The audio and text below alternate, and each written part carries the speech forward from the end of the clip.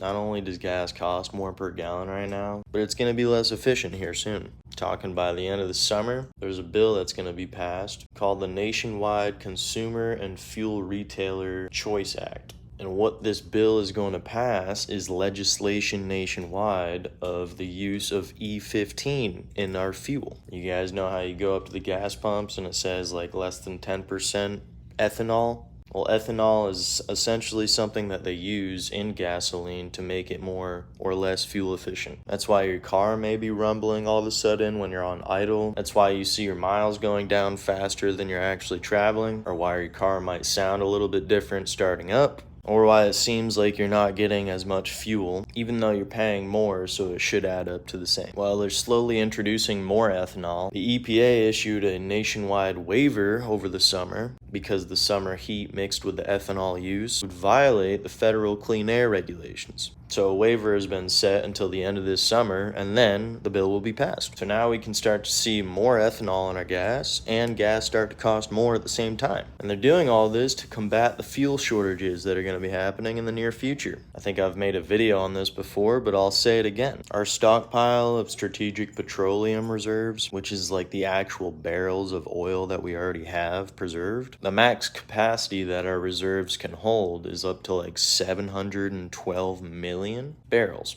And for the last 2 years, the US has taken its 370 million barrels and taken about 46% of that, which leaves the capacity of our fuel reserves at like 50% or lower in totality. And what you guys need to understand is that we haven't seen our strategic petroleum reserves at 50% or lower since the inception of its buildup, which was in 1977. And this is all due to the fact that the Strait of Hormuz is still currently closed because of the Iran conflict. If you take a look back onto all the strategic geopolitical moves that Trump's administration has made, it's pretty clear that they knew that they were going to get into a conflict with Iran based off of all of our attacks on different countries that have oil reserves. So what do we have to look forward to through all of this?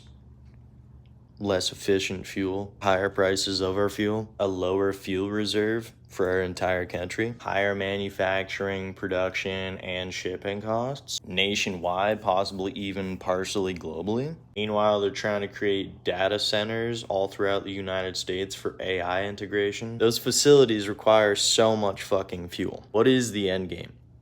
What do we get out of all of this? The hopeful side of me thinks that Trump is essentially just betraying his love from the people to ultimately corrupt Netanyahu and the Israeli dominance over our country because he doesn't see any other way.